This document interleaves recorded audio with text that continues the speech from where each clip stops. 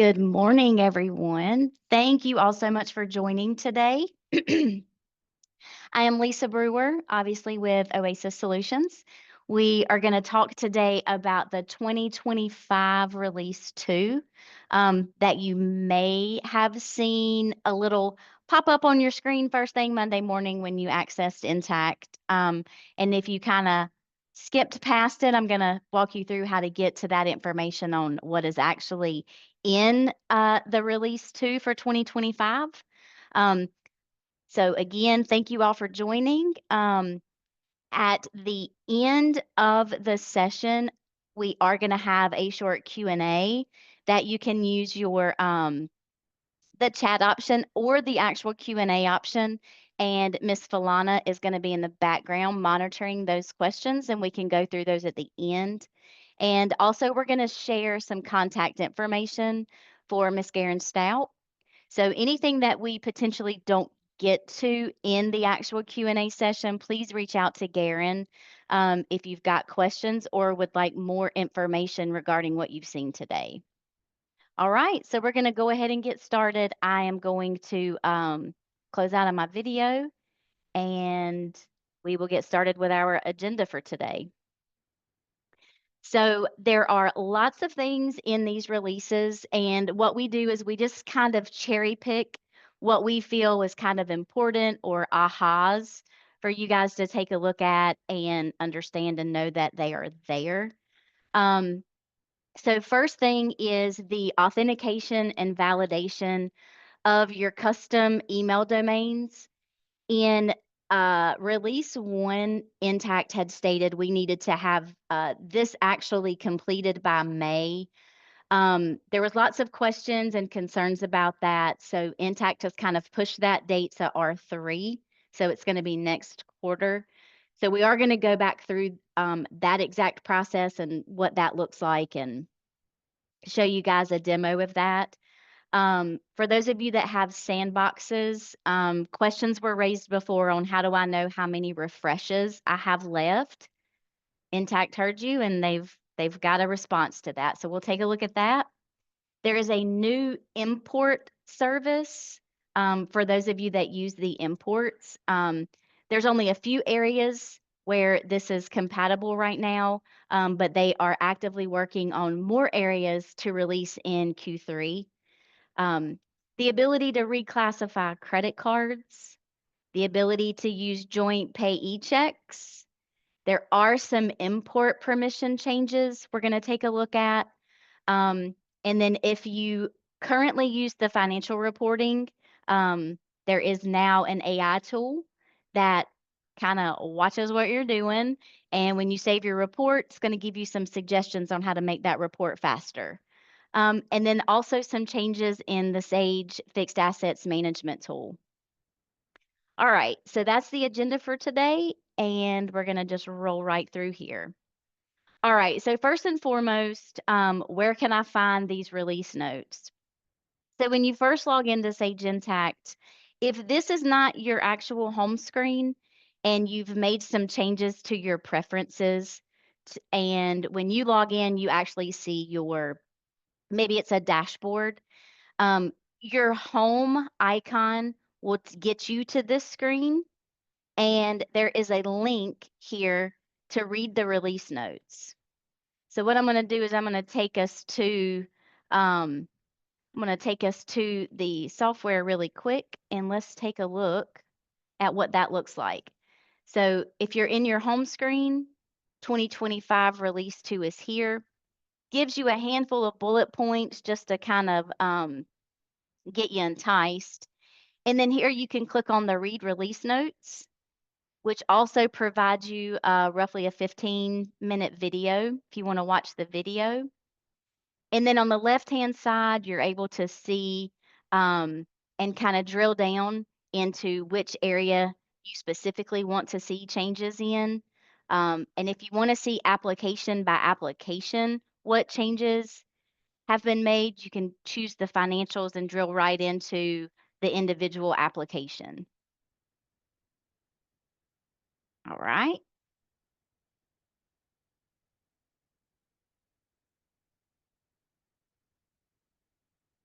So next, the authenticate and validate your custom domain. So there's a couple of action items here and who are responsible for those action items. So we've got an Intacct administrator and an email administrator. So the Intacct administrator is the true Intacct admin, not a user with an admin role. So you have to be an administrator to access the company configuration, and that is where this is done. So we have to add and authenticate the email domain. That's an action item of the Intacct administrator. There is data that is provided that we must copy and paste that we then provide to the email administrator. They do their behind the scenes work with what we provide to them. And then we come back into the same task and we validate. Keep in mind, big note here is that it can take up to 72 hours to be updated and validated. There is a DNS checker that can be used to validate the DNS entries. Um, and if you have not already, very good thing to do is to read the product help on both this topic and the enhanced email delivery. So the reason for doing this is so when you send your emails, they're actually not getting stuck in a phishing email and a junk email, things like that. So it helps to validate them so your recipients are truly receiving the email, so they're not getting blocked. And again, they're wanting you to have this done before the 25R3 release. If you are using a Gmail, a Yahoo, or an Intacct.com, you do not have to go through this process. Those domains are already validated by default, and there's nothing you have to do there. So let's go back into the software and let's take a look at this. So under our company setup and configuration in the security tab, there is an add domain. In that add domain is where we would add our email domain, choose to authenticate that domain. And this is where the copy and paste that we talked about comes from. We're going to copy and paste this information and give this information to our email administrator. And then the email administrator is going to tell you once it's validated. And once it's validated, we can come back in and choose to validate the domain. So it's not a hard process. It's just we just have to, it's just something we do have to get done to ensure that our emails are getting out to our customers or vendors efficiently.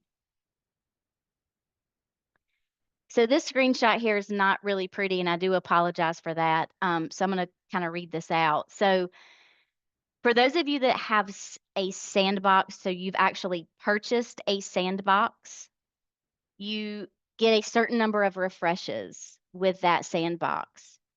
So what Sage Intacct has done is when you click refresh, you're going to get a prompt. So this prompt for this particular instance says there are 4 refreshes remaining across all of your sandboxes. After the refresh, you will have 3 remaining. Do you want to proceed? Once you click OK, you have used one of your refreshes. If we were to then go click refresh again, we would see you have 2 remaining. Do you want to proceed? So this is just for sandboxes that you have purchased, not implementation copies of your production company. Okay, moving right along. So the Sage Intacct import service. So what this is doing is, for those of you that are using the import functionality in Intacct right now, this gives us a real-time import status and progress before we actually import into Intacct. So we have a service that we use to import our data into. and it's doing a data check real time and allows you to update your errors real time before you actually import. Um, with this, you are able to use CSV or Excel files where the normal import process is just CSV, no Excel. Currently, with this release, the places that you are able to use the import service is going to be for what's listed here: departments, classes, locations. So we can use that for dimensions, chart of accounts, statistical accounts, and we can use it to import assets into Sage Fixed Assets Management. And in the bottom right, this is kind of a example. Again, this is might be a little small, but we can see an invalid import. It's highlighted in red. If we have insufficient permissions, it's going to give us that information as well. And here you can see fields containing errors are highlighted. And then you can update those errors within the service and then run the import. So let me show you where we find this. So in our company setup checklist, which is under company setup and import data, under this checklist where we have all of the information where we can import and where we locate our import templates, there is a new import service. When we select that new import service, we're going to get a new window. And again, here's the list of things that we can import. So one thing that is really good with this is here we see we can create or we can update. So what you may or may not know is, and I'll go back and show you this, the list of import templates available, if they have an asterisk beside of them, that means they are import updatable. And let me explain that. So currently, if we use the standard import in Intacct and we import our chart of accounts, if we find out after we've imported that we missed something, maybe the name was misspelled. We find errors, yet it imported, if that makes sense. We then have to delete the entire chart of accounts and re-import, or we have to delete the account that we want to update. So we cannot just choose to update our errors. In this service, we can. So again, more things are going to roll out in Q3 as far as what we can create and or update. This could pretty much be a 2-hour call just talking about this. So if this looks like something that you're interested in, again, at the end of this session, you're going to see a contact for Garen. Please reach out to Garen and we'll get something scheduled and get on a call with you. This is the asterisk I'm talking about. Anything that doesn't have an asterisk, if you import and you have errors, you have to delete everything. This we can update. Just a little FYI. All right, so another new here is the ability to reclassify credit card transactions. So the ability to reclassify an AP bill, that's always been a thing as long as that option has been turned on in the AP configuration. So we now have the capability to do that with a credit card transaction. So what do we have to do? So there's two things that has to happen. You must have permission and you must turn that on in the setup options. So we have to enable the reclassification. We have to give ourselves permissions.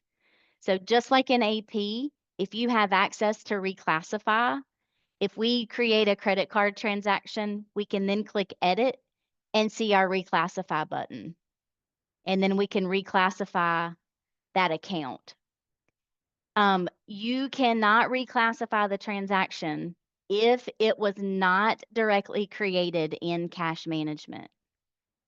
So that's a big thing. This is a true credit card transaction. All right, so let's go take a look at what those options look like. So in cash management, under credit card transactions, there is the new option that says reclass. So if we turn this on and we want to give users the ability to do this, we have to make sure that each individual role is updated in cash management for those specific users. And then within cash management configuration, there's a new enable reclassification for credit card transactions. So two things has to be done there in order for you to see that. All right, another new option here is the joint payee checks. So this is just a new configuration option that we have to enable in AP configuration. There are a few limitations which are pointed out here. So credits and discounts are not supported for joint check payments. Foreign to base currency is not supported. And the joint check is not available if you use the pay by entity function. So if you pay multiple entities from your top level, this is not something you can use. This is just one entity at a time. And once you turn the enable joint checks on, you cannot turn it off. Just keep that in mind. So what are the steps in this process? So first and foremost, like we said, we have to enable that functionality. We then in our AP bill, we're going to have a new tab. So we would create our bill, then we would go back into that bill, and that's when we would see the tab. When we select the bills for payment, we've got a new option in our payment method for pay bills that's just joint check. And then everything else is kind of the same with the exception of the amount that you want to enter per payee line. The issue and confirm payments is the same. One check per payee grouping will be created. So let's take a look at that process. So this is our new option in our AP configuration to enable the joint checks. Once we enable the joint checks and we have an invoice and a posted status, so whatever that looks like for you guys, maybe you may go through some approvals. Once the approval comes back and it's confirmed and posted, because we've turned on the joint payee, when we come back into edit, we now have a joint payee tab.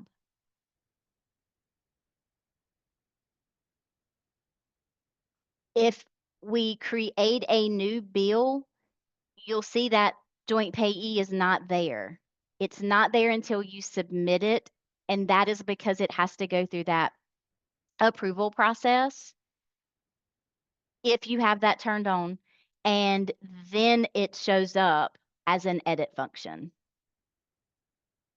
Then when we go into our pay bill screen, that new payment method of joint check is now available.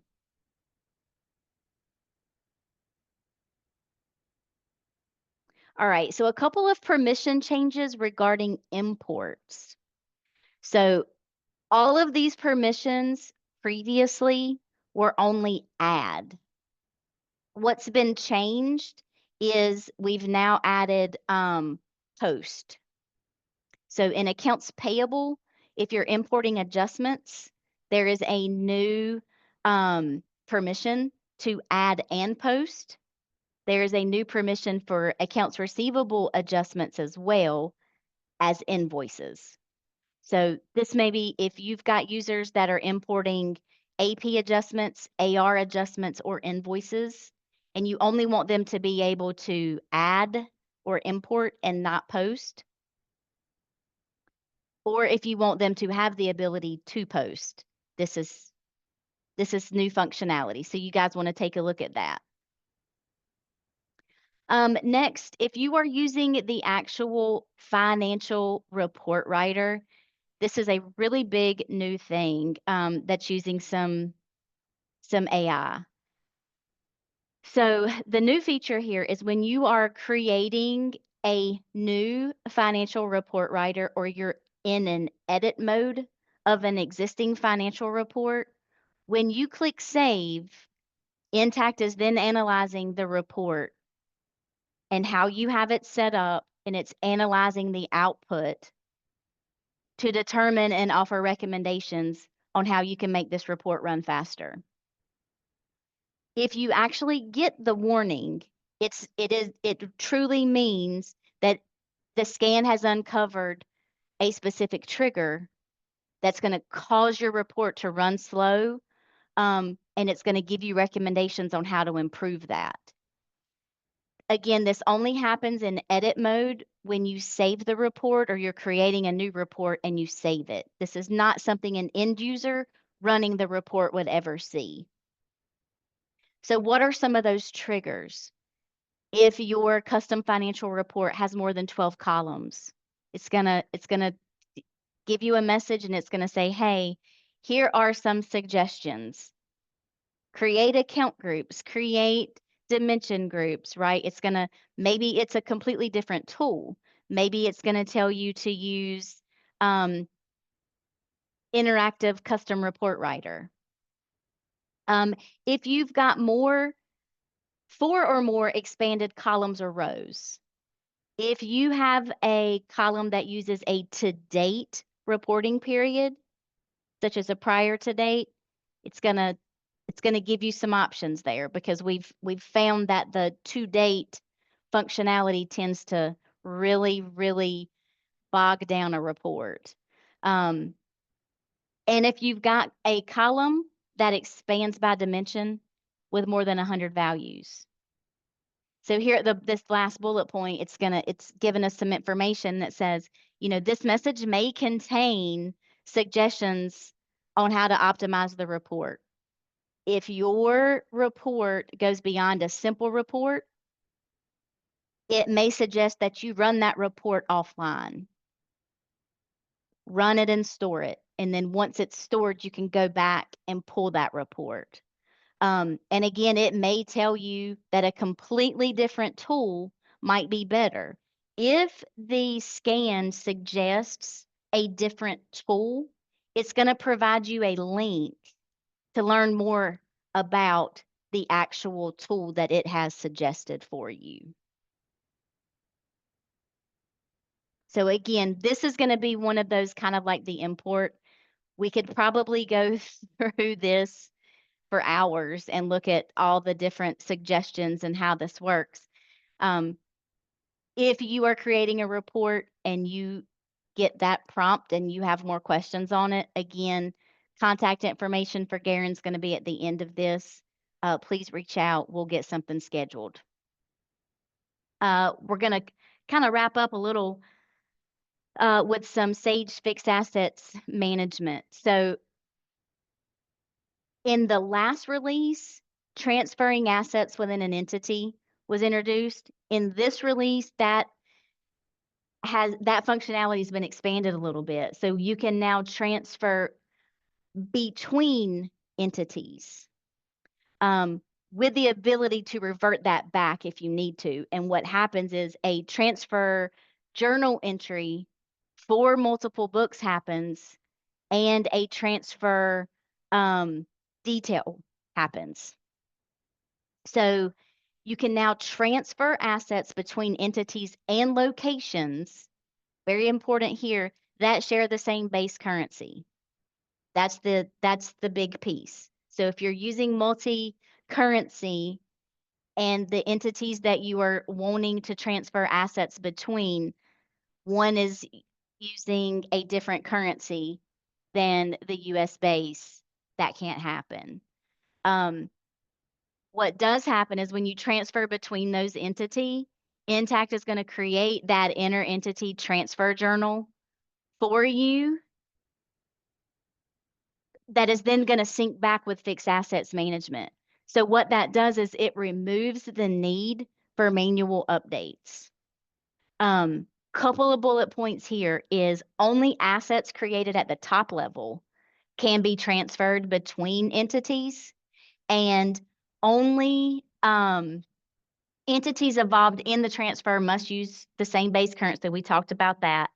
And then the status.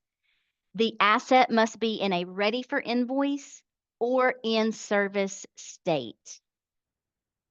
Last thing here, just an FYI, if you are using an integration with authorized.net and PayPal, or PayPal, I should say, that is going to end on November 7th.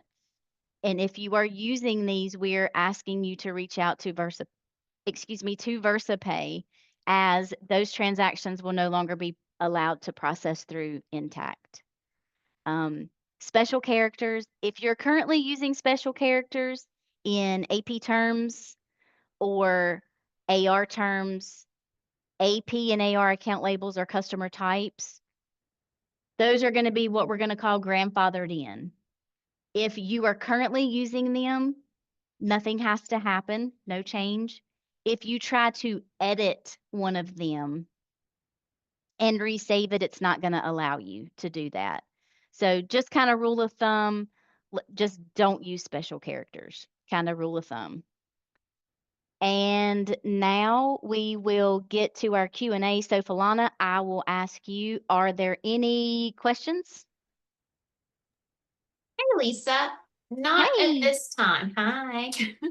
Great job. If you have any questions, you can still drop them either in the Q&A box, which is at the bottom of your screen, or you can drop them in the chat.